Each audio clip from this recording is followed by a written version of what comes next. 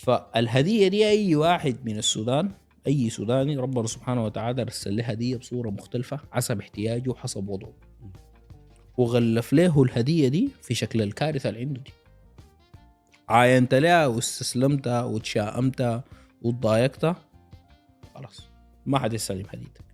واجهت الموضوع، قطعت الهدية دي، اشتغلت في كل حاجة قاعدة عندك، فكرت، اجتهدت، فتحت لك فرصة هجرة مشيت، فتحت لك فرصة بيزنس ما لقيت، ما فتحت لك أي حاجة قعدت أونلاين. في ناس شباب كمية قاعدوا أونلاين يتعلموا مهارة بتاع تصميم مواقع، وبقوا بيتواصلوا مع شركات في أمريكا وفي دير وهنا ديك التصميم مواقع هنا بقروش كتيرة، بيصمموها لهم بربع المبلغ، برسلوا لهم القروش وبصمموا وعملوا قروش حلوة قاعدين في مصر.